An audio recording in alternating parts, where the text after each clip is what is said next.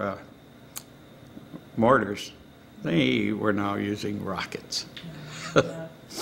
And so they improved also as the war went on. And again, all we had to do quite a few times, this time I guess contractors built the bunker, and it was a gigantic underground bunker that our barracks was supposed to go run into when the siren went off. It probably held 200 people, and it was underground, down the steps real deep. But I put in a lot of long hours then on that trip over there. There was one time when our radar was down and we were waiting parts, and I know I was up for 48 hours straight. Wow. And I used to get tired, you know, come home, just hit the bed and right off, and nothing would wake you up. And so I guess it was that one time. And I can remember waking up and hearing the siren. And it took a while, and I jumped up, you know, threw on the pants, threw on the shoes, grabbed your helmet, and I go out, and there's nobody in the barracks. So I was up on the second floor. I said, oh my gosh, I says, they must already be in the bunker. Yeah. And so I went downstairs and found one guy downstairs. So there were two of us now, and we're standing there. I said, well, every now and then we could hear an explosion. And so we sort of stood. The best part of the wooden barracks was the shower, because that was the only thing made out of cement. And so you wanted to be close to the shower if something was going to come in close. So we stood there and we said, well, should we run for the bunker or not? Yeah, we better make a run for the bunker. And so he and I started running to the bunker, probably about a 100-yard run. And there were flares, security, the perimeter security, that were shooting a lot of flares up, and so it was fairly light. It wasn't completely dark.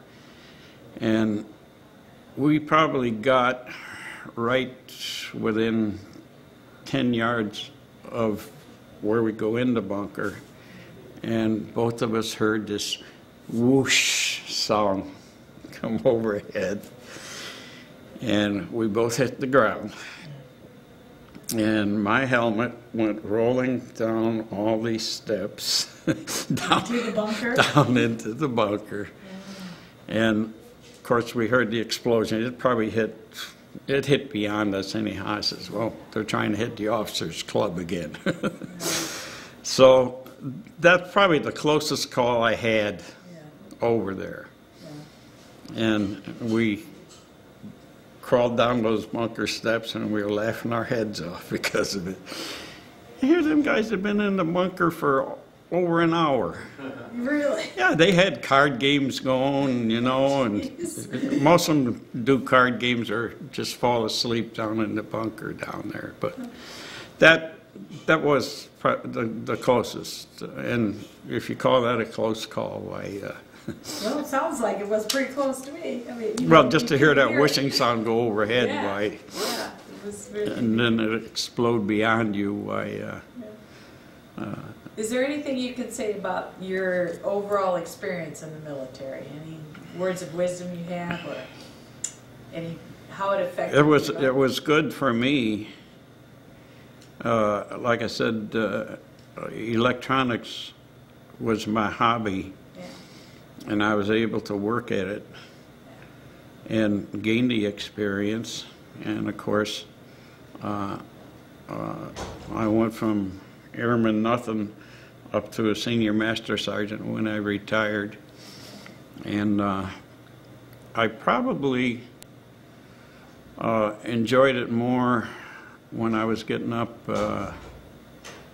into management part, because you still got to get your fingers in it, while you're teaching the others, and still manage things, and you know, have to put crew rosters together.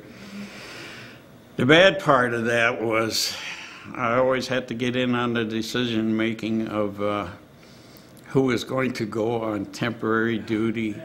And then, of course, I had to listen and say, well, I just spent 3 months down at Cleveland. My wife's going to be mad. So, yeah, that was the hardest part of managing, having to send guys away from their families. Right. It affected, probably the temporary duty was the cause that my wife and I split back in '67 after I got back from Vietnam the first time. And I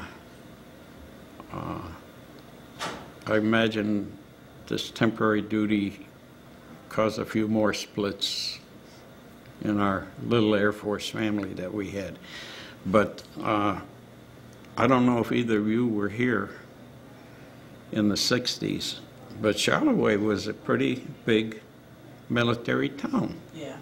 Considering its size.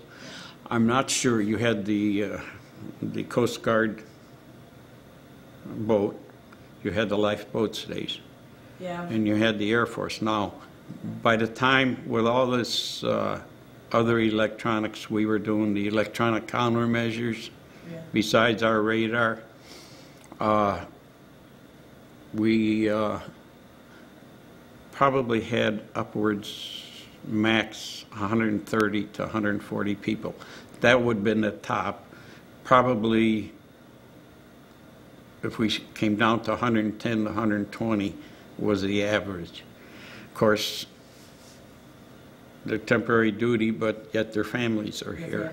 And so really Charlevoix, Harbor Springs, Petoskey, a little in East Jordan, Boyne City, were really making money off the military. Yeah. The schools, our children went to schools here. They received something from the military. The military had a method of compensating the schools. I'm not sure how that worked. But they did receive money from the military. The guys had to eat locally. Right. They had to live locally. Yeah, no, all the services would have been local. This house right across the street on Mason Street, the one with the pillars over here, I can't think of the owner's name, but that became, it was all, they subdivided that house, I think, into 6 or 7 apartments, and it was all Air Force at one time living there.